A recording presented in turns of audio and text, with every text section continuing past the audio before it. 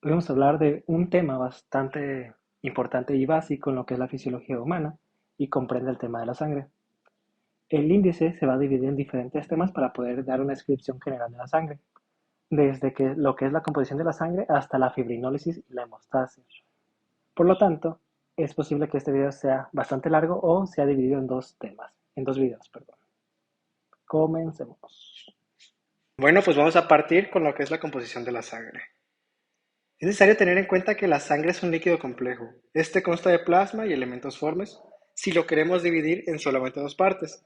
Los elementos formes nos van a contener a todo lo que son los eritrocitos, los leucocitos y las plaquetas. Vamos a ver a lo largo de la presentación características de todos estos elementos. Bueno, y en la imagen de la izquierda, en el tubo rojo, pues podemos observar cómo es la sangre. Sin embargo, si la centrifugamos, es decir, si hacemos que gire muchas veces y muy rápido, esta se va a sedimentar en diferentes compartimentos que podemos diferenciar. El que se encuentra en la parte superior corresponde al plasma. El plasma es una solución acuosa pálida compuesta de electrolitos, proteínas, hidratos de carbono y lípidos. Corresponde usualmente a un 55 o un 60% en condiciones normales.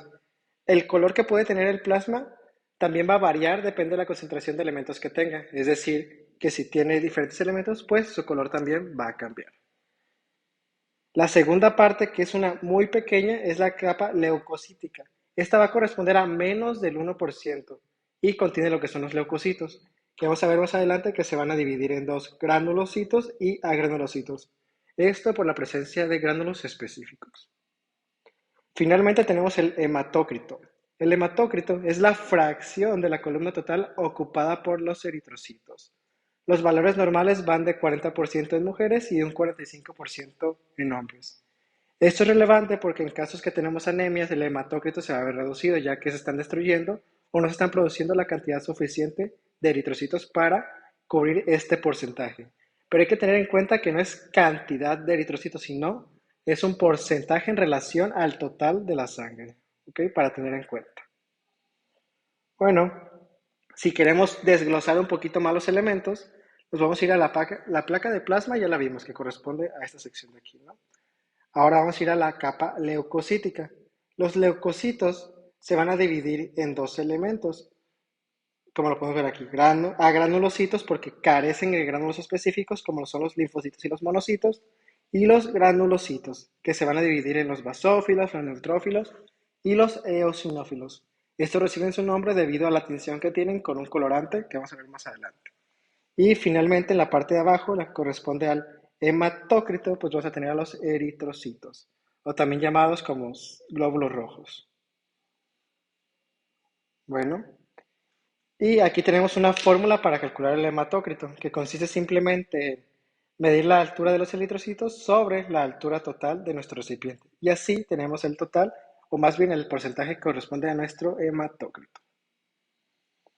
Bueno, ahora vamos a ver la composición del plasma.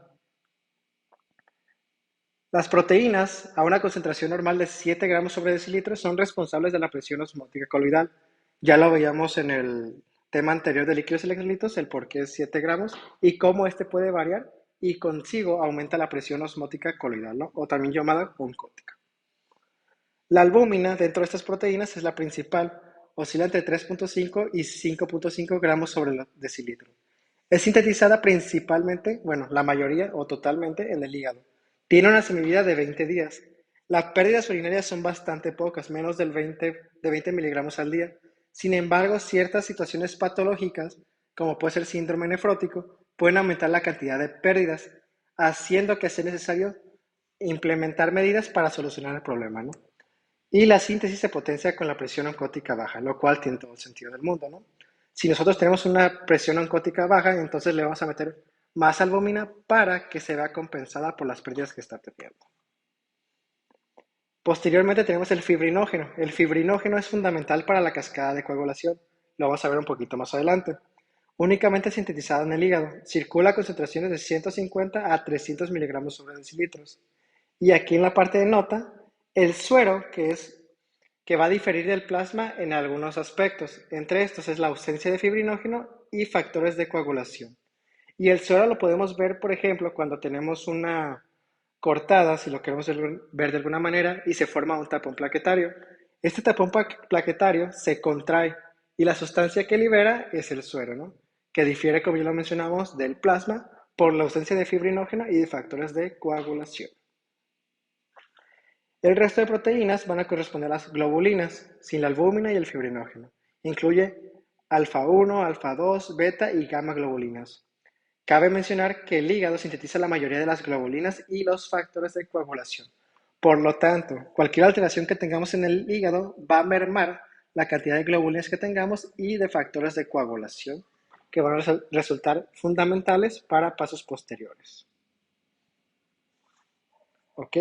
Y aquí tenemos lo que sería un trombo, ya que se encuentra dentro de la circulación, y podemos ver cómo la fibrina forma malla que va a cubrir a los eritrocitos y también las plaquetas, ¿no? Formando este entramado para tapar o sellar fugas que tengan nuestros vasos sanguíneos. Ahora sí vamos a ver de cómo es que surgen todas las células que vemos en la sangre, ¿no? Y este proceso es por la hematopoiesis. Bueno, tenemos un frotis sanguíneo, ¿no? Dentro de un frotis sanguíneo, como ya sabemos, podemos encontrar una gran cantidad de células, no solamente eritrocitos. Entonces, surge la pregunta de dónde vienen todas las células presentes en la sangre. Para responder a esta pregunta tenemos que viajar a la médula ósea, que se encuentra en los huesos largos en adultos principalmente, ¿no? Como lo es el fémur o las costillas. Bueno, pues dentro del fémur, dentro de la médula ósea del fémur, a nivel microscópico, podemos encontrar unas células muy interesantes que son células madre pluripotenciales. Esto porque puede dar origen a todas o prácticamente toda la cantidad de células que se encuentran en la sangre, ¿no? Así pues, la hematopoiesis es el proceso de generación de todos los tipos celulares presentes en la sangre a partir de células madre que solamente se encuentran aquí. Bueno, pues vamos a ver esto un poquito más a detalle más adelante. ¿Y qué funciones cumple la hematopoiesis? Por medio de los eritrocitos ayuda al transporte de gases, ya sabemos, llevar oxígeno a los tejidos periféricos y extraer el CO2 que se genera después de las reacciones metabólicas. La respuesta es inmunitaria por medio de los leucocitos, que lo vamos a ver más adelante también, y en la hemostasia, es decir, para frenar la hemorragia. Ahora bien, pues hay que desglosar todo lo que es la hematopoiesis. Vamos a partir de que en estos nichos que se encuentran en nuestra médula ósea vamos a tener células madres progenitoras de larga duración. Se le conocen de larga duración porque éstas sufren todo el tiempo mitosis, mitosis tras mitosis, tras mitosis, tras mitosis. ¿Para qué? Para mantener un número un número estable de células para que cuando se requiera cierto tipo específico de células siempre tengamos una población que se encuentra ahí. Bueno, pues, ¿qué sucede? Después de estas rondas de mitosis, se va a transformar una de estas células progenitoras de las dos células hijas. Voy a borrar esto de aquí. Se va a generar una célula madre progenitora de corta duración. Recibe el nombre de corta duración porque esta célula ya está destinada a que va a formar parte de un linaje, es decir, puede ir hacia adelante. Esta ya no se renueva como sí lo hacían las anteriores. Estas sí se renuevan y estas ya no. Se pueden seguir dividiendo por mitosis, pero para generar un linaje específico, no para volver a ser células madre de larga duración, ¿ok? Bueno, pues posteriormente pueden tomar dos caminos. Uno es que se tenga un progenitor mieloide, es decir, del linaje mieloide, y el otro un progenitor linfoide. Vamos a ver primero qué pasa con el progenitor mieloide. El progenitor mieloide puede formar lo que son los eritrocitos, puede formar megacariocitos, que a su vez estos nos van a producir las plaquetas, puede producir eosinófilos, basófilos y neutrófilos. Igualmente los monocitos, que estos una vez que salen de la sangre, se van a transformar en macrófagos para fagocitar sustancias y células y cuerpos apoptósicos que surgen, ¿no? Y por el otro lado, en el progenitor linfoide, pues vas a tener a los linfocitos, que el libro de Boron de fisiología solamente nos divide en dos, los linfocitos T y los linfocitos B. Sin embargo, este es el panorama muy simplificado, ya que si lo vamos a ver un poquito más adelante, hay una gran cantidad de células más que se pueden formar y que en las clases de inmunología posteriormente van a ver, ¿no? Igualmente, por ejemplo, los linfocitos B y T no son el punto final. Estos aún pues, se pueden diferenciar más No morfológicamente, pero sí en cuanto a su funcionalidad. Y aquí teníamos lo que mencionamos, el linaje mieloide y el linaje linfoide.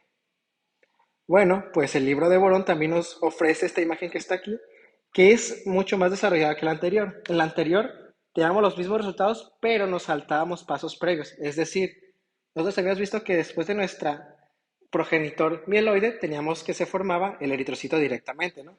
Sin embargo, esta imagen desglosa pasos previos antes de la formación de los eritrocitos, lo cual si lo quieren ver desde un punto de vista fisiológico no es bastante relevante. Sin embargo, lo que sí es relevante son los elementos que se encuentran en rojo, como lo es este de aquí, este. Estos se conocen como citocinas y factores estimulantes de las colonias. ¿Para qué son importantes? Bueno, pues resulta que las citocinas y los factores estimulantes de las colonias cumplen un papel fundamental para guiar el desarrollo de cada linaje. Es decir, si nosotros nos encontramos en este punto, en un precursor para un eritrocito, y nunca tenemos la ayuda de la eritropoyetina, que se abreva como EPO, jamás vamos a poder producir eritrocitos. Por lo tanto, las citocinas son fundamentales para que se produzca un linaje específico. Y es por eso que nos podemos guiar que esta célula se vaya hacia ser un eritrocito en lugar de formar un megacariocito que nos va a producir plaquetas. De ahí su relevancia, ¿no? No es necesario que se aprendan todas y cada una de ellas, ya que aquí vamos a ver las más importantes.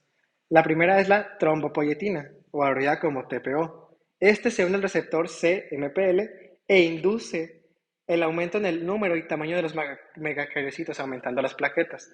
Por lo tanto, cuando carecemos de plaquetas, pues va a aumentar el número de trombopoyetina para aumentar las plaquetas que tenemos en sangre, ¿no? Y lo podemos ver en la parte de aquí. Y la eritropoyetina, como ya les mencionaba, es importante para la eritropoiesis, es decir, el origen de los eritrocitos.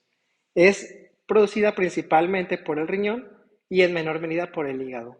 La hipoxia aumenta la producción de eritropoyetina y esto también tiene todo el sentido del mundo. Imaginemos que tenemos una hipoxia, es decir, no está llegando suficiente cantidad de oxígeno a nuestros tejidos periféricos. ¿Y cuál es la célula que se encarga de llevar el oxígeno a los tejidos periféricos? Pues claro, es el eritrocito, ¿no? Entonces el cuerpo envía un aumento en la producción de eritropoyetina y el aumento en la producción de eritropoyetina nos conduce a un aumento en el número de eritrocitos. Por lo tanto, podemos solucionar el problema de que llega menos oxígeno a los tejidos periféricos con un aumento de los eritrocitos. ¿Ok? Bueno, aquí tenemos otro diagrama que, como les mencionaba, las células que vemos en los diagramas interiores no son las únicas que se producen durante la hematopoiesis, ya que aquí podemos incluir, por ejemplo, la célula progenitora linfoide, lo que son los linfocitos NK, y en lo que son las células progenitoras mieloides, las células dendríticas, incluso los mastocitos y demás células, ¿no? También nos mencionaba que los linfocitos B y los linfocitos T no son el final de la historia. Por ejemplo, aquí en los linfocitos T nos podemos ir a que tenemos CD8 y CD4, ¿no? Y estos a su vez se dividen en más células para que tienen características diferentes y son muy importantes en la respuesta inmune, es decir, para defendernos de patógenos que nos atacan. Vamos a continuar con lo que corresponde a la eritropoyesis. La eritropoyesis es el proceso de generación de eritrocitos a partir de una célula madre hematopoyética. Todo este proceso se encuentra dentro de la hematopoiesis, por lo cual podemos decir que se trata de un subproceso dentro de la hematopoiesis.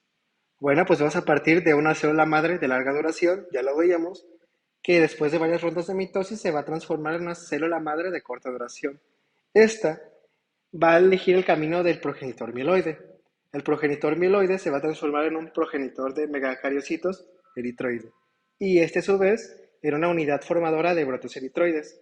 Aquí pasa algo bastante importante. Entra en juego la eritropoyetina, que va a transformar esta unidad formadora de brotes a un proeritroblasto. Sin eritropoyetina, este paso no puede acontecer. Posteriormente, el proeritroblasto se va a transformar en un eritroblasto basófilo por el color que tiene al momento de observarlo, y posteriormente a un eritroblasto policromático. Durante esta serie de pasos morfológicos también ocurre una gran cantidad de pasos dentro de la célula, es decir, se van perdiendo organelos, se va produciendo hemoglobina, etcétera, etcétera. Bueno, pues hablando de hemoglobina, aquí es donde se empieza a observar que se empieza a sintetizar la hemoglobina. en el paso de eritroblasto policromático a un eritroblasto ortocromático. Una característica importante que tiene el eritroblasto ortocromático es que durante su siguiente transformación hacia un reticulocito se va a deshacer del núcleo, ya que ya, si bien no ha producido la gran cantidad de hemoglobina que debe tener, sí ha producido la mayoría, por lo tanto ya necesita el material nuclear. Y también le favorece para tener la forma característica del eritrocito, ¿no? Que es bicóncavo. Bueno, pues el reticulocito ahora sí pasa a ser un eritrocito, pero para que esto ocurra necesita deshacerse de otros organelos, como son las mitocondrias y los ribosomas, ya que aquí ya ha sintetizado la cantidad de hemoglobina que necesita y demás proteínas como lo es la banda 3, que vamos a ver un poquito más adelante. Y aquí también ya adquiere la característica de un disco bicóncavo que le favorece para el transporte de gases. Bueno, como les mencionaba, la hipoxia aumenta la abundancia de eritrocitos y esto es por lo siguiente. La hipoxia aumenta la abundancia de factor inducible por hipoxia 1 alfa. Bueno, pues este factor va a aumentar la producción de eritropoyetina. Y a su vez, la eritropoyetina va a aumentar el número de eritrocitos.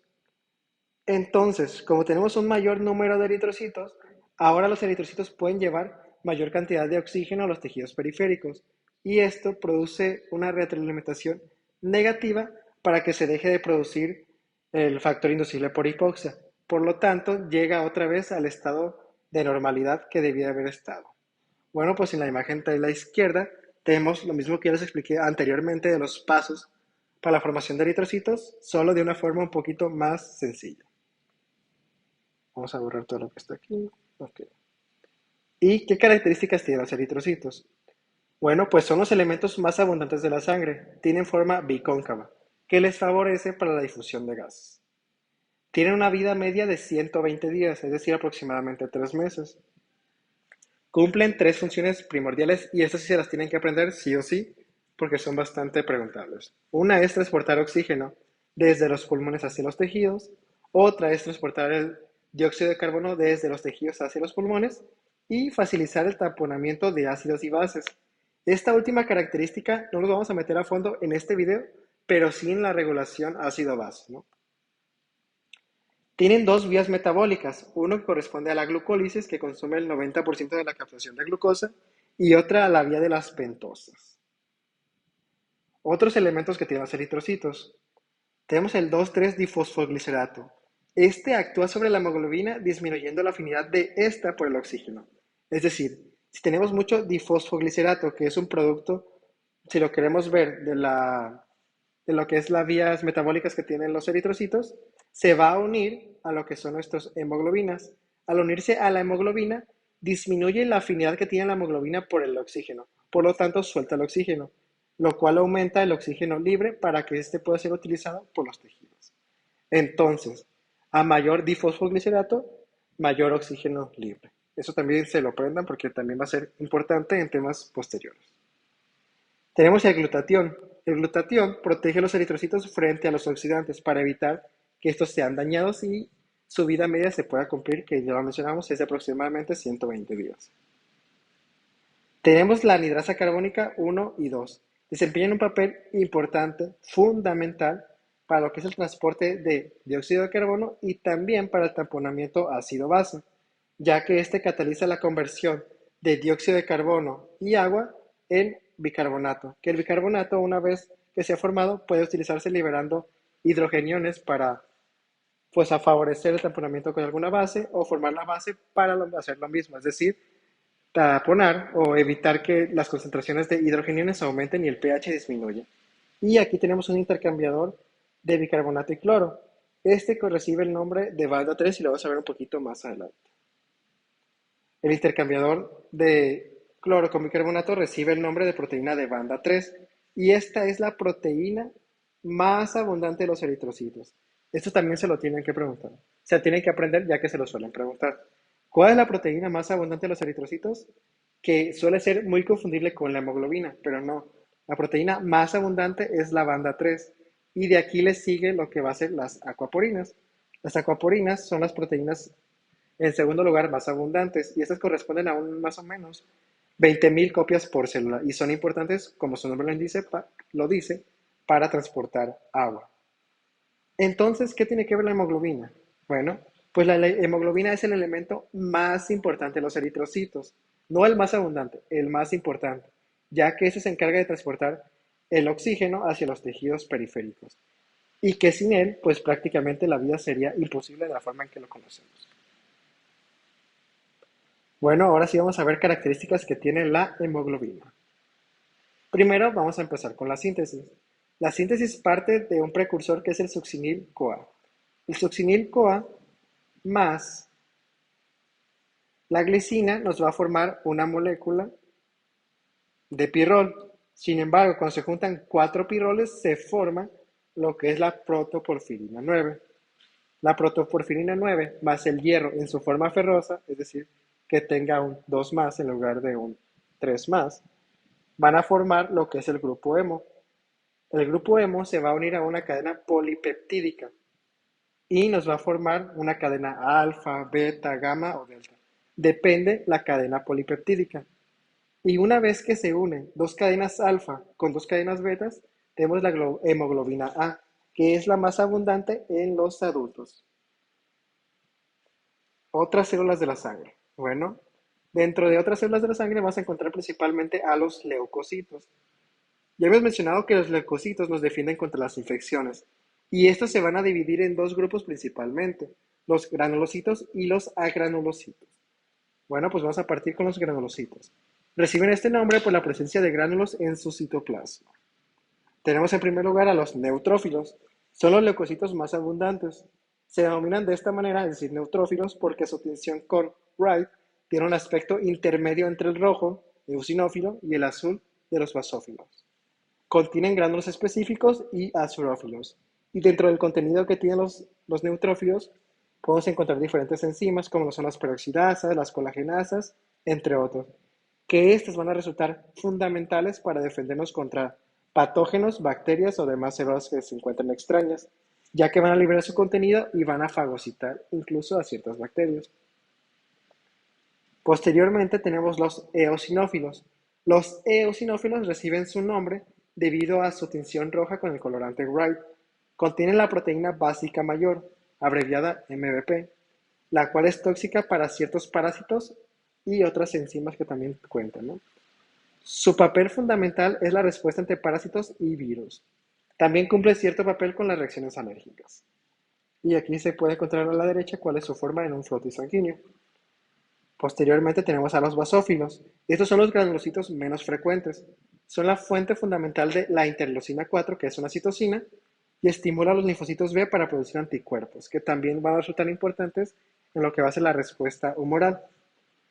Los gránulos que tienen oscurecen por completo o casi por completo lo que es el citoplasma, y estos gránulos contienen histamina, la heparina y la peroxidasa. Cumplen papel fundamental cada uno de ellos, como lo puede ser la histamina en las reacciones alérgicas.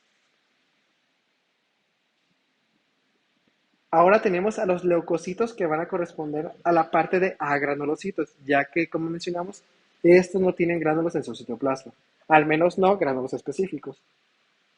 Aquí tenemos los linfocitos. Vienen en dos clases que estos son indistinguibles de B y T, ya que morfológicamente son lo mismo. Sin embargo, funcionalmente son muy distintos. Los linfocitos T representan la mayoría, de un 70-80%, y estos se encargan de la inmunidad celular. Reciben el nombre de linfocitos T debido a que reciben su maduración en el timo, T de timo. Y los linfocitos B representan el resto, que es de un 10 a un 15%. Estos sufren su maduración en la médula ósea y de aquí reciben el nombre, la B de bone marrow, que es el inglés de médula ósea. Estos se vuelven células plasmáticas y son responsables de la inmunidad humoral. Finalmente, los monocitos, estos no abundan en la sangre, ya que suelen migrar desde la médula ósea hacia los tejidos periféricos. Ya en los tejidos periféricos se transforman en macrófagos, que cumplen dos funciones. Una es la fagocitosis de patógenos y restos celulares, y el otro es la presentación de antígenos a linfocitos. No es muy importante que se aprendan hasta ahorita las funciones que tienen estas células, ya que lo van a ver más adelante en sus clases de inmunología. Y aquí tenemos un monocito, que son las células más grandes que vamos a encontrar en un frotis sanguíneo. Ahora hablemos de las plaquetas, que son bastante importantes, que son bastante pequeñas, cumplen funciones muy interesantes en lo que es la hemostasia. Bueno, las plaquetas se forman en la médula ósea mediante gemación desde los megacariocitos, es decir, no son células propiamente dichos, son fragmentos de células de los megacariocitos. Su maduración depende de la trombopoyetina y la interleucina 3. La sangre contiene entre 150 a 450 mil trombocitos o plaquetas por microlitro, los cuales son parámetros que van a variar de laboratorio y de hospital en hospital. ¿Okay? Las plaquetas tienen receptores para la trombopoyetina, que al unirse a las plaquetas la eliminan la trombopoyetina del plasma. ¿Qué quiere decir esto? Bueno, pues nuestras plaquetas, aquí lo voy a dibujar más o menos, tengan mucha imaginación, van a tener receptores para la trombopoyetina. Supongamos que este triángulo va a corresponder a la trombopoyetina. Bueno, cuando la trombopoyetina se encuentra abundante dentro de la sangre, va a favorecer la producción de plaquetas, ¿no? Ya que se requiere. Sin embargo, como las plaquetas tienen receptores para la trombopoyetina, estos receptores van a secuestrar la trombopoyetina, disminuyendo la cantidad que hay libre en sangre. Entonces, a mayor número de plaquetas, mayor número de receptores para trombopoyetina, es decir, menor número de trombopoyetina y menor producción de eritrocitos, de plaquetas. Se los voy a dibujar un poquito para que lo entiendan mejor, porque con palabras es un poquito más complejo. Mayor número de plaquetas. Esto va a conducir a un mayor número de receptores.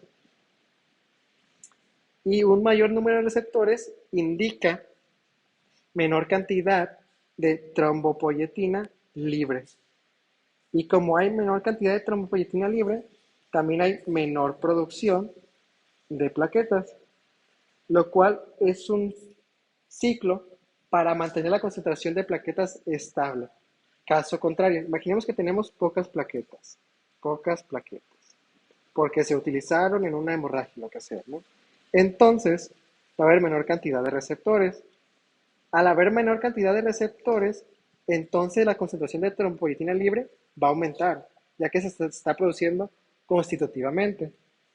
Y como aumenta la concentración de trombopoyetina libre, también aumenta el número de plaquetas, compensando la cantidad pobre que teníamos al inicio. A eso me refiero, o más bien a eso se refiere el recuadro naranja de esta diapositiva. Bueno, pues la vida media de las plaquetas es de aproximadamente 10 días. Tienen forma discoide al ser inactivas, ya que una vez que se encuentran activadas, estas cambian morfológicamente y se vuelven pegajosas, lo cual es fundamental para pasos más anteriores, que es pasos más posteriores, perdón, que os voy a explicar, en la formación del tapón plaquetario. En el interior hay filamentos contráctiles, mitocondrias, lisosomas, peroxidasas y dos tipos de gránulos especiales. Estos dos tipos de gránulos especiales también se los tienen que aprender, ya que son fundamentales para la formación del tapón plaquetario e incluso para la cascada de coagulación. Bueno, tenemos los gránulos alfa. Estos van a contener el factor de von Willebrand, al fibrinógeno y al factor 5 de la coagulación. Mientras que por otro lado, los gránulos densos van a contener el ATP, ADP, serotonina y calcio, que son fundamentales para pasos posteriores. Así que estos sí, apréndanselos muy bien, ya que también son muy preguntables. Vamos a continuar con la parte que va a corresponder a la hemostasia y la fibrinólisis.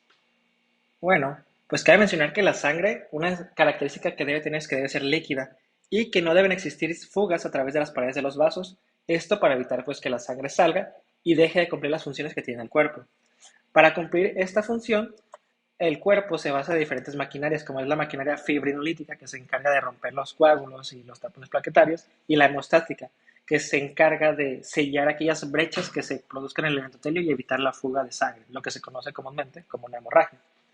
Entonces, la hemostasia, como ya lo vimos, se define como, o más bien se encarga de la función de prevenir la hemorragia. Para cumplir esto, se basa en 4 métodos o 4 mecanismos. El primero de ellos es la vasoconstricción, que es el más sencillo de entender, y lo vamos a ver un poquito más adelante. El aumento de la presión tisular, que es de lo que se valen, por ejemplo, los torniquetes. La formación del tapón plaquetario, que también lo vamos a ver. Y la coagulación, que aquí tenemos la famosa cascada de coagulación, que es importante y es muy preguntable, ¿no? Entonces, pues vamos a comenzar con la vasoconstricción. La vasoconstricción aumenta la presión crítica de cierre y de este modo colapsa los vasos sanguíneos. Vamos a ver un ejemplo. Supongamos que tenemos un vaso sanguíneo que es de pequeño calibre, ¿no? Entonces, en esta dirección fluye la sangre para llegar a un tejido periférico como lo puede ser un músculo cualquiera, ¿no? ¿Qué ocurre? Supongamos que este mismo vaso ahora va a tener una discontinuidad. Va a seguir igual, sin embargo, aquí hay una brecha. Entonces, la sangre que va a fluir también va a escapar por aquí y se va a almacenar en diferentes tejidos, lo cual puede ser perjudicial, ya que la sangre que debería llegar al tejido ahora no está llegando, ya que se está yendo para otro sitio. ¿Qué va a ocurrir? Con la vasoconstricción, principalmente en los vasos pequeños y a corto plazo, que es muy importante, va a ocasionar que esta vasoconstricción tan exacerbada va a llegar a un punto en el que va a aumentar la presión crítica de cierre. Por lo tanto, los vasos se van a cerrar y nuestra brecha que tenemos en nuestro endotelio, que está aquí, si lo queremos ver, aquí, pues ya no va a ser un problema y vamos a tener el tiempo para solucionarlo, ya que la sangre que viene en esta dirección no va a poder pasar, ya que aquí está, como su nombre lo indica, colapsado, ¿no? Sin embargo, les menciono que esto es a corto plazo, ya que si nosotros extendemos este colapso por largo plazo, pues va a actuar de la misma forma que actuaría un trombo. Es decir, va a evitar que la sangre pase y con el tiempo los tejidos periféricos van a sufrir necrosis, es decir, van a morir, ya que no están recibiendo el suministro que requieren de oxígeno para continuar con sus actividades metabólicas y también están acumulando dióxido de carbono, que también es perjudicial para ellos, ¿no? Así es como funciona la vasoconstricción. Diferentes sustancias como es el tromboxano, la serotonina y por otro lado la trombina produce la liberación de endotelina 1 y la endotelina 1 es el vasoconstrictor más potente que tenemos fisiológicamente. Bueno, pues esta es vasoconstricción y desde ahí pues todo sencillo, ¿no? Después tenemos el aumento de la presión tisular. Actúa de una forma similar a lo que es la vasoconstricción, pero con algunas diferencias, ya que aquí el propio vaso no está produciendo la vasoconstricción, sino que estamos aumentando tanto la presión que es tisular, que al momento de aumentar tanto la fuerza que hay externa, por lo tanto los vasos también van a colapsar. Vamos a entender primero qué es la presión transmural. La presión transmural se define como la presión intravascular, es decir, la que favorece que la sangre salga, es decir, la que va hacia afuera, menos la presión tisular, que es la que ejercen los tejidos sobre el propio vaso, ¿no? Entonces, ¿qué ocurre? Va a contribuir a la hemostasia porque va a disminuir la presión transmural. Veámoslo de este punto. Supongamos que tenemos, no sé, por decir un número, 10 de un valor X que va a favorecer la presión intravascular, es decir, hacia afuera. Y en forma fisiológica, digamos que tenemos un 5, ¿no? De una presión tisular. Por lo tanto, al momento de hacer la diferencia, vamos a encontrar que 10 menos 5 nos va a dar 5, ¿no? Es decir, como es un valor positivo, nuestro vaso aún va a estar abierto, aún va a haber un paso de sangre. Pero ¿qué ocurre si nosotros aumentamos sustancialmente lo que va a ser la presión tisular? Supongamos que ahora en lugar de 5 se va a convertir en un 20, ¿ok? Entonces al momento de hacer la resta, 10 menos 20 nos va a dar menos 10. Este menos 10 nos indica que el vaso está colapsado, entonces va a actuar de la misma manera que la vasoconstricción. Nuestro vaso va a colapsar, se va a evitar que siga el flujo de sangre para que se solucione la hemorragia que se encuentra pues posterior, ¿no? Evitar que dicha sangre se vaya hacia otro compartimento. Bueno, pues así es un mecanismo similar a la vasoconstricción, pero producido por un efecto diferente. Y este mismo principio es el que utilizan los torniquetes. Los torniquetes aumentan la presión tisular más allá de la presión intravascular. Es por eso que al momento de nosotros querer calcular la presión transmural vamos a encontrar que va a ser un valor de 0 o negativo que va a producir el colapso de los vasos sanguíneos, ¿no? Entonces, si disminuimos el radio del vaso y consigo también producimos el colapso del vaso, por lo tanto, evitamos la pérdida de sangre. Bueno, ahora vamos a pasar con los últimos dos mecanismos que son los más laboriosos y complejos si lo queremos ver desde ese punto de vista. Vamos a comenzar con la formación del tapón plaquetario. Como su nombre lo indica, las plaquetas taponan pequeñas brechas en el endotelio capilar de forma muy regulada. Para ello se dividen en diferentes fases: la adhesión, la activación y la agregación. Vamos a ver esto a más detalle a continuación. Primero vamos a partir con la adhesión. Pues la adhesión hace referencia a que las plaquetas en condiciones fisiológicas no se adhieren entre sí, ya que tienen una carga superficial negativa, que evita que entren en contacto con el endotelio, que también tiene una carga negativa. Entonces, pues sabemos que por repulsión de cargas, negativo con negativo, pues se repele, ¿no? Ni tampoco se pueden pegar a las propias plaquetas, ya que también estas tienen una carga negativa. Es por eso que en situaciones fisiológicas donde no tenemos ningún tipo de lesión, pues no ocurre la adhesión, a menos que sean procesos fisiopatológicos o exista una brecha en el endotelio, ¿no? Bueno, pues cuando aumenta la fuerza de fricción por una lesión vascular o por señales humorales, nuestras plaquetas van a comenzar a expresar en su superficie diferentes glucoproteínas. Aquí tenemos una que es bastante importante, ¿no? Tenemos el factor de von Willebrand, y este se va a encontrar, y esto es muy preguntable, en los cuerpos de Weis del Palat, en las células endoteliales y en los gránulos alfa de las plaquetas. Pues cuando ocurren todas estas señales que vemos aquí, nuestras plaquetas van a comenzar a liberar lo que es el factor de von Willebrand, que se encuentra en los cuerpos de Weidel-Palade, y también las células endoteliales van a hacer lo propio. El factor de von Willebrand se va a unir a una proteína que se encuentra en la superficie de las plaquetas, que se conoce como glucoproteína 1A y 1B. Entonces, ¿cuál es el receptor del factor de von Willebrand? La glucoproteína 1A, 1B, que también suele preguntarse. ¿Ok? Como ya lo vimos, la adhesión plaquetaria está mediada por receptores plaquetarios. Es decir, si nosotros carecemos de los receptores en nuestras plaquetas por ende no se van a pegar, no se van a adherir. Entonces, también cuando existe una brecha en el endotelio, como se puede ver en la imagen de la derecha, se van a expresar diferentes ligandos que van a favorecer la adhesión. Entre estos ligandos que nos podemos fijar en la imagen, tenemos el colágeno, la fibronectina y la laminina que se encuentran debajo del endotelio capilar. Entonces, si nosotros perdemos nuestras células endoteliales, se exponen dichos ligandos. ¿A qué receptores? Pues a la glucoproteína 1A, 2A en el caso del colágeno y a la glucoproteína 1C, 2A en el caso de la fibronectina y la laminina. Y esto favorece que diferentes plaquetas comiencen a llegar a este sitio. Aquí dice descartar. Ok. Vamos a tomarlo otra vez. Y volvemos aquí. No. Más adelante.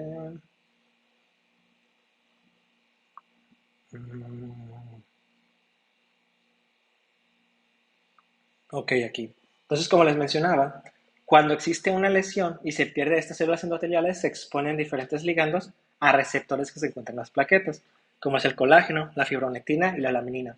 Estos a su vez favorecen que muchas más plaquetas que se encuentran también en circulación lleguen y se adhieran a este mismo lugar, favoreciendo la adhesión plaquetaria por la activación de receptores plaquetarios, que es muy importante. A continuación, ocurre la activación, que como su nombre lo indica, se refiere a cómo las plaquetas van a cambiar morfológicamente y funcionalmente al momento de adherirse a sus receptores y ligandos respectivamente. Entonces, la unión de ligandos y receptores provoca una cascada de señalización que conduce a un fenómeno exocítico, conocido como activación plaquetaria. Entonces, podemos decir que al momento de que se activan las plaquetas, estas van a liberar diferentes gránulos, como son los gránulos densos, que recordemos que dentro de su contenido se encuentra el ATP, el ADP, la serotonina y el calcio, que son importantes ya que favorecen activación de plaquetas circundantes y también unen en la formación del tapón plaquetario con lo que es la formación del coágulo. Vamos a ver más adelante. También tenemos la liberación de los gránulos alfa, que tienen el factor de von Willebrand, que se encontraba en los cuerpos de Weis-del-Palade, el factor 5 de la coagulación y el fibrinógeno. Y aquí en la imagen de la derecha pues podemos ver el contenido de los diferentes gránulos. Y también podemos observar cómo esta plaqueta cambia morfológicamente para formar estas prolongaciones que aumentan muy constitutivamente lo que va a ser la adhesión con otras plaquetas. Ya les mencionábamos los cambios morfológicos en las plaquetas. Y vamos a eliminar esto de aquí. Ok. Y también la utilización de la ciclooxigenasa comienza con la activación plaquetaria, ¿no? En la cual la ciclooxigenasa va a catabolizar la escisión del ácido araquidónico para la formación de tromboxano A2, que ya lo veíamos que el tromboxano A2 favorece la vasoconstricción. Es por eso que los mecanismos que se van a encargar de lo que va a ser la hemostasia van a estar conectados entre sí. Pueden ocurrir solamente uno o pueden ocurrir todos al mismo tiempo o en un paso secuencial, que es lo que favorece que sea tan efectivo la hemostasia en condiciones donde el cuerpo tenga pues los recursos para realizarlo, ¿no? Finalmente tenemos lo que es la agregación plaquetaria. La agregación plaquetaria, su nombre lo indica, es el proceso que se encarga de permitir a las plaquetas ya activadas unirse entre sí para formar un tapón plaquetario. Supongamos que tenemos nuestro endotelio, aquí está, y tenemos una brecha, y tenemos muchas plaquetas que están en circulación, muchas. Como ya lo vimos, nuestra brecha que se encontraba justamente aquí va a favorecer que se expresen ciertos receptores, entonces ligandos, perdón. Todos nuestros receptores plaquetarios van a tender a irse a donde están dichos ligandos y cuando llegan pues forman una placa que se ve aquí que va a evitar que la sangre salga de esos lugares, ¿no? Bueno, pues de eso se va a encargar la agregación, el favorecer que las plaquetas se adhieran entre sí y a los receptores que tengan. Ok, entonces vamos a continuar.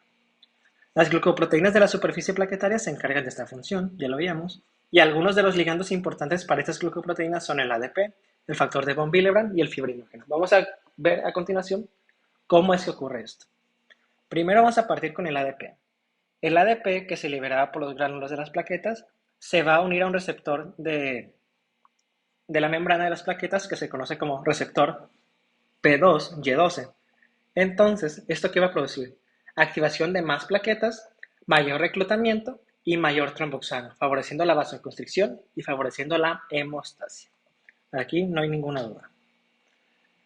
Después tenemos el factor de von Willebrand. El factor de von Willebrand, como ya lo veíamos, se va a unir a la glucoproteína 1B, 1A. Entonces se van a establecer puentes entre las plaquetas que van a favorecer el tapón plaquetario y consigo la activación de más plaquetas. Es decir, el factor de von Willebrand funciona como puente entre las plaquetas, favoreciendo la formación del tapón plaquetario. Desde aquí no hay ningún problema. Lo único quizás un poco más difícil es entender cuál es el receptor y cuál es el ligando. Factor de von Willebrand, glucoproteína 1B, 1A. Y tenemos el fibrinógeno. El fibrinógeno va a establecer puentes al igual que lo hacía el factor de von Willebrand. Sin embargo, aquí la glucoproteína que se encuentra involucrada es la glucoproteína 2B, 3A. Y así de sencillo, el fibrinógeno funciona tanto para el tapón plaquetario como para la coagulación, que lo vamos a ver más para adelante. Ok, así es como funciona el tapón plaquetario. Sin embargo, el tapón plaquetario, si queremos verlo desde una escala de efectividad, no es la forma más efectiva, ya que las plaquetas tienen una vida muy corta, ya lo veíamos, 10 días. Sin embargo, el coágulo sanguíneo es la forma definitiva y la que utiliza mayor recursos, sin embargo, también tapona brechas más grandes que se encuentran en el endotelio. ¿Ok? El coágulo sanguíneo es una masa semisólida de plaquetas y fibrina. Dentro de esta malla hay eritrocitos, leucocitos y suero.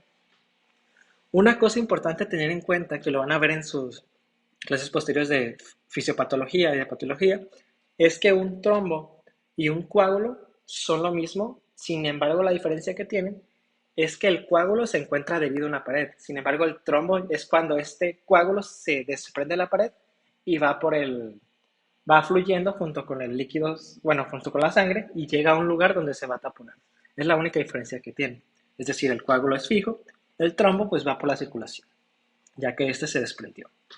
Ok, pues el coágulo sanguíneo va a ser esta masa que se va a formar por las plaquetas, la fibrina, que es bastante importante en este caso, la fibrina, y lo vamos a ver, dentro de la cascada de coagulación.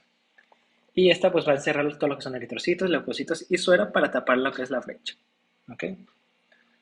Bueno, pues la formación del tapón plaquetario y del coágulo sanguíneo son procesos diferentes, ya lo habíamos, pero estos se relacionan entre sí. Puede que solamente en ciertos procesos solamente ocurra lo que es el tapón plaquetario, en otros que el tapón plaquetario le siga lo que va a ser la formación del coágulo y en otro que los dos puedan ocurrir al mismo tiempo. Bueno, pues el sistema cardiovascular mantiene el equilibrio entre un estado antitrombótico, es decir, sin la formación de coágulos, y un protrombótico, es decir, el que va a favorecer la formación del coágulo. Esto para mantener la hemostasia, ya que tanto los extremos de uno y del otro son malos, tenemos que tener un punto medio. Y aquí podemos ver que existe esta brecha que se encuentra entre el endotelio, por el cual están escapando los eritrocitos, proteínas y demás sustancias, ¿no? Entonces, tenemos que aquí favorecer un estado protrombótico para que se cierre esta brecha y se evite la consiguiente pérdida de sangre. ¿ok? Y esto es lo que hace el estado protrombótico, perdón. Por medio de plaquetas, por medio de fibrina, por medio de leucocitos y de células como son los glóbulos rojos, vamos a formar esta masa semisólida que va a formar un tapón en el endotelio capilar. Bueno, ahora sí viene la parte un poquito más, bueno, sí, sin dudas, la más pesada de todo lo que es este video, que es la cascada de coagulación. Entonces, aquí sí es importante tener muy en cuenta algunos factores o conceptos básicos antes de empezar. Primero, la coagulación, según la vía clásica, puede venir precipitada en dos secuencias diferentes. Esto cuando se ha estudiado in vitro en lugares experimentales, vaya. Tenemos una vía intrínseca, que la vía intrínseca se va a activar cuando la sangre entra en contacto con una superficie cargada negativamente. Esto lo podemos ver en el laboratorio al poner sangre en lo que es un recipiente de un tubo de cristal. El tubo de cristal tiene una superficie cargada negativamente. Entonces va a desencadenar lo que va a ser la coagulación por la vía intrínseca. Y por otro lado tenemos la vía extrínseca. Esta vía se va a activar cuando la sangre entra en contacto con material procedente de membranas celulares dañadas. Es decir, nosotros perdemos la brecha que forma el endotelio, la pared, perdón, que forma el endotelio, y la sangre se va a exponer a otras células que se encuentran intersticialmente. Y estas células, como tienen un material extraño al que no está acostumbrado, si lo queremos ver desde ese punto de vista, la sangre, va a desencadenar la cascada de coagulación activada por la vía extrínseca. Sin embargo, el mismo proceso de lesión puede activar las dos vías al unísono. ¿Ok? Al final, ambas vías van a converger en una vía que recibe el nombre de vía común para formar trombina y en último término fibrina estable, que es la que nos va a favorecer la malla de fibrina. ¿Ok? Pues hay que primero conocer cuáles son los factores de la coagulación. Tenemos el factor 1 y el factor 1A, que el factor 1 es el fibrinógeno y el factor 1A es la fibrina. Hay que entender que cuando tenemos una A después de un factor, es decir, factor 1A, la A hace referencia a que está activado. Es por eso que también tenemos factor 2 y factor 2A, que es pues el mismo que es el 2, pero ahora sí activado. Y también es importante tener en cuenta que esta es una cascada en la cual una enzima, si lo queremos ver más bien, un precursor de una enzima es activado. Entonces, cuando es activado, se vuelve en el factor activado, el que tiene la letra A. Entonces, es una cascada en la cual una enzima activa otra enzima y esta enzima, a su vez, actúa otra para potenciar la señalización y favorecer la cascada. Es por eso que recibe este nombre. Otra cosa importante a tener en cuenta es que algunos de esos factores necesitan de vitamina K para su síntesis, para que sean sintetizados en fases previas a su desarrollo. Las cuales necesitan vitamina K son el factor 2, el factor 7, el factor 9 y el factor 10. Estos de los factores procoagulantes, porque también tenemos otros que necesitan vitamina K, pero esos son anticoagulantes, que lo vamos a ver más adelante, ¿no?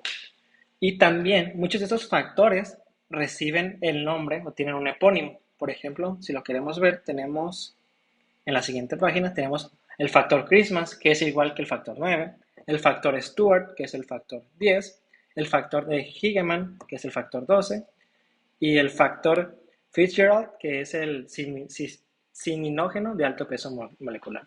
Entonces, deficiencias en estos factores pues nos dan lugar a hemorragias, ya que no tenemos el factor que va a favorecer en algún punto de la cascada de coagulación. Bueno, también alguna otra pregunta que se hace muy común es por qué no tenemos un factor 6. Si lo podemos ver aquí, tenemos factor 1, factor 2, factor 3, factor 4, factor 5 y luego ¿qué pasa? Factor 7. Bueno, pues al inicio se creía que el factor 5A era el factor 6. Sin embargo, después se descubrió que el factor 6 en realidad era el factor 5, pero activado. Y es por eso que se eliminó el 6 y siguió la cuenta, ¿no? Hasta llegar a lo que es el factor 13 activado. Y también tenemos otros tipos de factores que son anticoagulantes, ya lo veíamos, ¿no? Y también lo vamos a describir más adelante en la cascada de coagulación. Y aquí los que necesitan vitamina K son la proteína C y la proteína S que necesitan vitamina K. La proteína S es cofactor de la proteína C. Así pues, basándonos en esta imagen extraída de Boron, podemos dividir a la cascada de coagulación en dos vías que van a converger posteriormente en una vía común. Tenemos la vía intrínseca, que si recordemos es aquella que comienza cuando la sangre es expuesta a una superficie cargada negativamente, que inicia con el factor 12 de la coagulación, y tenemos la vía extrínseca, que la vía extrínseca, a diferencia de la vía intrínseca que inicia con una superficie cargada negativamente, aquí ocurre una lesión que va a exponer a las células que tienen el factor tisular, o también conocido como factor 3 de la coagulación. Este factor 3 de la coagulación o factor tisular funciona como receptor para el factor 7 y juntos hacen que el 7 se vuelva a su forma activada. Para finalizar, después de la cascada de señalización que incluye otros factores de coagulación, llega al punto común en el cual el factor 10 es pasado a ser un factor 10 activado, como lo podemos ver aquí, y también en la vía extrínseca, como el factor 10 pasa a ser factor 10 activado. Y desde aquí inicia la vía común, que va a finalizar en último término con la formación de fibrina estable, que nos va a ayudar a la formación de la malla de eritrocitos, plaquetas y leucocitos para formar el coágulo sanguíneo. Bueno, pues vista más a detalle lo vamos a ver a continuación. Primero vamos a partir con la vía intrínseca. La vía intrínseca, recordemos que inicia con una superficie cargada negativamente. Aquí va a aparecer el factor 12 de la coagulación. El factor 12 de la coagulación, que son simógenos, si lo queremos ver desde el punto de vista, es activado y se convierte al factor 12A, es decir, factor 12 activado. Para realizar esta acción más rápida se requiere del HMWK, o también conocido como ciminógeno de alto peso molecular. Bueno, pues mientras más se va convirtiendo el factor 12 en factor 12 activado, se llega a concentraciones que favorecen que la precalicreína se convierta en calicreína. Y esto con la ayuda del factor 12 activado y con el cininógeno de alto peso molecular. A su vez, cuando se han concentrado grandes cantidades de calicreína, este funciona acelerando la conversión del factor 12 en 12 activado, aumentando así y funcionando como un ejemplo de retroalimentación positiva. Bueno, pues este factor 12 activado también va a favorecer, con ayuda del cininógeno de alto peso molecular, la conversión del factor 11 en 11 activado. Así que en esta cascada vamos en orden. 12, 12 activado, 11, 11 activado. Bueno, pues el 11 activado va a favorecer a su vez la conversión del 9 al 9 activado.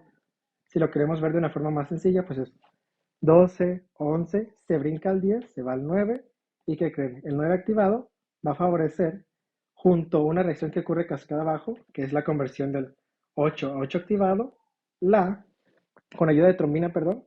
Esta reacción de aquí, esta que se encuentra aquí, ocurre más abajo en la cascada de coagulación, ya que requiere de la acción de la trombina, que para acelerar la reacción del 8 a 8 activado.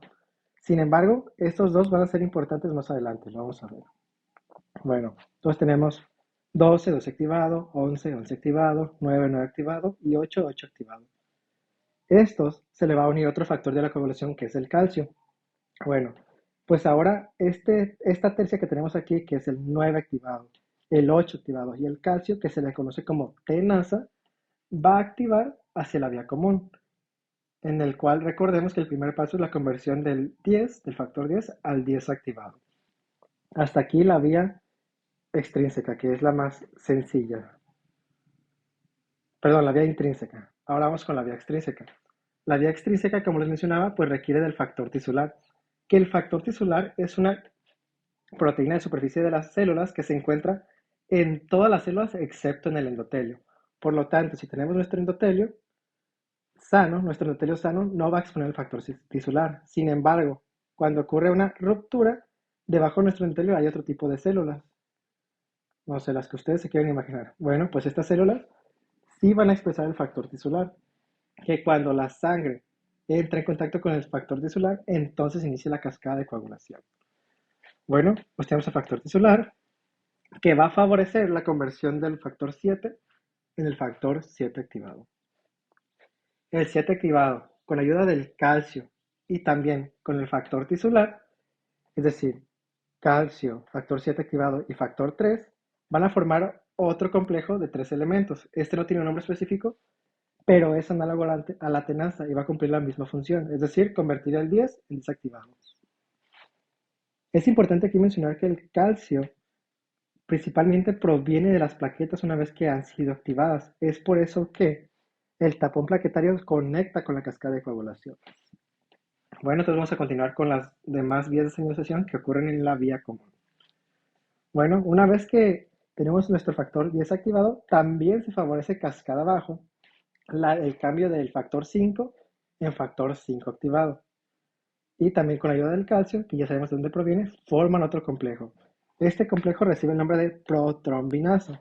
Y la protrombinasa va a favorecer el cambio de protrombina en trombina. Y aquí resulta muy importante porque la trombina tiene varias funciones dentro de la cascada de coagulación.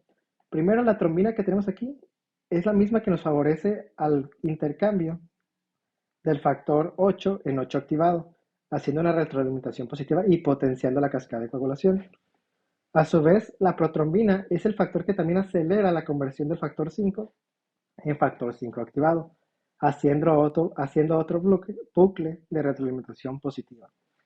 Y la trombina favorece la conversión, y esto es muy importante, de fibrinógeno en fibrina, que recordemos que el fibrinógeno también es un elemento que se encuentra constitutivamente en la sangre y que también lo liberan ciertas plaquetas y elementos, ¿no? Bueno, pues la fibrina ahora tiene que pasar a fibrina estable. ¿Y esto cómo lo hace? Bueno, pues la trombina favorece la conversión del factor 13 en 13 activado y el factor 13 activado favorece la conversión de fibrina en fibrina estable. Entonces podemos ver cómo tanto por la vía intrínseca como por la vía extrínseca podemos llegar a la formación de fibrina estable y vemos cómo una se conecta con la otra. Sin embargo, esto ocurre en estudios in vitro, ya que in vivo se ha demostrado que no es exactamente igual, ya que ciertos factores cambian de lugar o ciertas reacciones pueden pasar a lo mismo, pero esta es la vía o la cascada más preguntable en las clases de fisiología, para que lo tengan en cuenta. Bueno, pues ahora también no solamente sabemos que nuestro cuerpo favorece estados procoagulantes, también hay estados anticoagulantes que son bastante importantes para regular toda esta cascada, ¿no? Ya que si esta nunca para, pues nos va a llevar a la formación de trombos y a su subsecuente daño, ¿no? Así pues, tenemos el TFP1 que va a bloquear el factor 7A, entonces va a evitar la vía extrínseca. Tenemos la antitrombina, que su nombre lo indica, ¿no? Evita las acciones de la trombina aquí, aquí, y también va a inhibir el factor 10 activado, evitando así la cascada de coagulación. Del mismo modo, tenemos el heparansulfato y la heparina, y su acción reside en que estos va a potenciar la acción de la antitrombina 3. Tenemos la proteína C y su cofactor, la proteína S, que van a bloquear el factor 8 activado y el factor 5 activado. Tenemos la trombomodulina, que bloquea la trombina aquí, aquí, y potencia las acciones de la proteína C y la proteína S, evitando también la cascada de coagulación. Bueno, ahora vamos con la parte final de esta presentación y de este video, que es la fibrinólisis, es decir, la parte que se va a encargar de la destrucción del coágulo una vez este haya cumplido su función. Bueno, pues vamos a partir de una premisa. Como se sabe, la fibrina estable atrapa eritrocitos, leucocitos y plaquetas. Este es el fin que tiene la hemostasia con la formación del coágulo sanguíneo. Sin embargo, posteriormente este coágulo se va a encoger para formar un tapón. Y en este punto, la fibrinólisis, o también conocida como trombólisis, se va a encargar de romper la fibrina estable para así desaparecer dicho coágulo y volver a las condiciones normales, ya que se hayan restituido las células endoteliales. Bueno, pues en sangre tenemos usualmente circulando esta proteína que es el plasminógeno. Bueno, pues el plasminógeno se va a convertir a plasmina. ¿Y esto cómo va a ocurrir? Porque sabemos que tiene que existir una enzima que catabolice la reacción. Bueno, pues la enzima que lo va a catabolizar, lo vamos a ver un poquito más adelante. Sin embargo, es importante conocer que la plasmina va a escindir la fibrina en residuos de fibrina. Entonces, si nosotros destruimos la fibrina que está formando pues estas mallas atrapando a eritrocitos, leucocitos y plaquetas, por lo tanto destruimos el coágulo sanguíneo. Sin embargo, ¿cómo ocurre esto? Bueno, pues resulta que la misma presencia de fibrina va a acelerar la conversión de plasminógeno a fibrina. Entonces, podemos decir que la mera presencia de un coágulo favorece la destrucción del mismo coágulo en condiciones fisiológicas. Y las dos enzimas que se van a encargar de realizar esta conversión de plasminógeno en plasmina es el TPA. Este es liberado por las células endoteliales. Y también tenemos el UPA, y este se encuentra como un producto monocatenario. Sin embargo, el UPA requiere como cofactor al UPAR. Sin este no puede actuar, que también es una diana farmacológica en algunos casos, ¿no? Bueno, pues ¿cómo se regula también este mecanismo? Tenemos el PAI1 que va a bloquear al TPA. Entonces, si bloqueamos la enzima que se encarga de la destrucción del coágulo, entonces estamos favoreciendo un estado procoagulante. Lo mismo pasa con el PAI2, que este va a bloquear el UPA. Así que podemos decir que el 1 se encarga del T y el 2 se encarga del U, para diferenciarlos, ¿no? Ambos favoreciendo la formación del coágulo, ya que inhiben los que se encargan de la degradación del mismo coágulo.